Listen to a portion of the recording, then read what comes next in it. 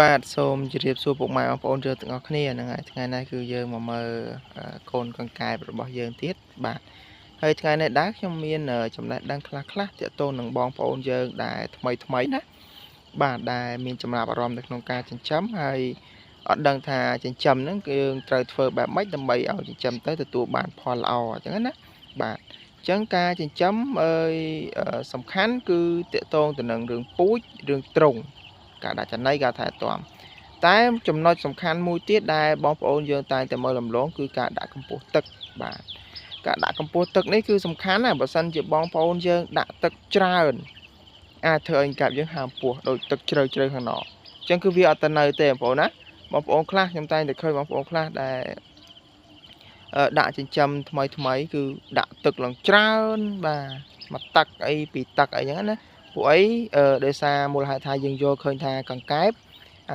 ធម្មជាតិយើងហ្នឹងវាហែលនៅក្នុងទឹកបឹងទឹកអូរទឹកទន្លេទៀតអត់មានបញ្ហាអីអញ្ចឹងយើងចេះដាក់ទឹកច្រើនទៅយើងគិតថាកង្កែបហ្នឹងវាអាចរស់នៅក្នុងទឹកបានរហូតដូចត្រីអញ្ចឹងណាបាទតែជាក់ស្ដែងគឺមិនមែនទេបងប្អូនណាគឺកង្កែបនេះគឺវាបានអាចហែលបានណាអាចហែលអាចអីបានប៉ុន្តែនៅពេលវាស៊ីចំណីនៅពេលដែលវាស៊ីចំណីឆ្អែតវាត្រូវការមកនៅទឹកចាបឬក៏នៅទឹកកោកដើម្បីហាលស្បែករបស់វាណាវាអត់មុជនៅក្នុងទឹករហូតដូចជាត្រីទេណាអញ្ចឹងអានេះគឺជាចំណុចដែលភាគច្រើនគឺបងប្អូនយើងមើលរំលងបាទមើលរំលងបាទហើយក៏អាចថាមិននឹកស្មានណាមិននឹកស្មានថាកង្កែបហ្នឹងវាជាសត្វដែលនៅទឹកចាបអញ្ចឹងទៅវិញណាពួកអីការធ្លាប់យើងឃើញកង្កែបស្រែគឺនៅទឹកជ្រៅអញ្ចឹងណាបឹងអូព្រែកវាលស្រែវាលអីចឹងទៅបាទអញ្ចឹងគឺការដាក់ទឹកគឺបងប្អូនត្រូវដាក់ទឹកចាបអញ្ចឹងណាបាទហើយទឹកជ្រៅបងប្អូនឃើញអត់មាននៅទេ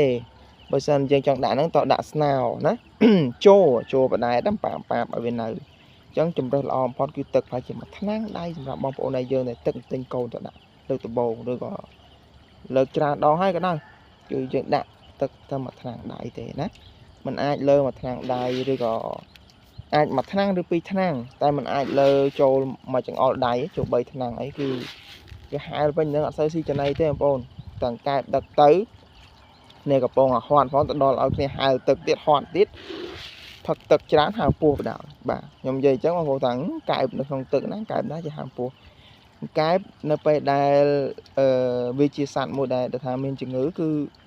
ហើមពោះគឺទឹកចូលស្បែកវាបាទអញ្ចឹងបើសិនតែយើងការពារកុំឲ្យវាទឹកចូលស្បែកឬហើមពោះហ្នឹងគឺយើងដាក់ទឹកចាបអញ្ចឹងណាបាទហើយយើងដូរទឹកឲ្យស្អាតទៅគឺបានណាបាទនេះចំណុចមួយបាទដែលបងប្អូនយើងមិនសូវចាប់អារម្មណ៍ទេបណ្ដាគឺសំខាន់មែនទែនបាទទោះបីជាមេពូជយើងល្អយ៉ាងណាក៏ដោយទ្រុងយើងធ្វើស្អាតយ៉ាងណាក៏ដោយយើងដូរទឹកដាក់ចំណីយ៉ាងណាក៏ដោយប៉ុន្តែបើសិនយើងយកទៅភ្លាមយើងដាក់ទឹកច្រើនភ្លាមខ្លាចលោតំបានដាក់ចំណីផងបាទហែលវិញទៅនឹងអត់មានស៊ីទេណាអាចធ្វើឲ្យកាប់យើងបញ្ហាតែម្ដងតែពេលយើងយកអញ្ចឹងទៅយើងដាក់អញ្ចឹងយើងគិតថាមកពីមេពូជអត់ល្អបាទមកពីពូជនឹងវាអត់ល្អបាទយកកូនទៅអត់ល្អតែពិតមិនមែនទេគឺដោយសារយើងដាក់ទឹកច្រើនណាដាក់ទឹកច្រើនធ្វើឲ្យវាមានបញ្ហាបាទហ្នឹងហើយចឹងវីដេអូនឹងខ្ញុំមានតែប៉ុណ្្នឹងទេបងប្អូនយើងមានចម្ងល់អីអាចសាកសួរបានជាពិសេសបងប្អូនយើងថ្មីបាទខ្ញុំ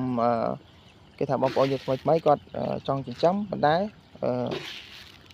ខ្លាចអត់យល់ឬក៏អត់មានបទពិសោធន៍ណាហ្នឹងហើយចឹងគឺអាចសាកសួរបាន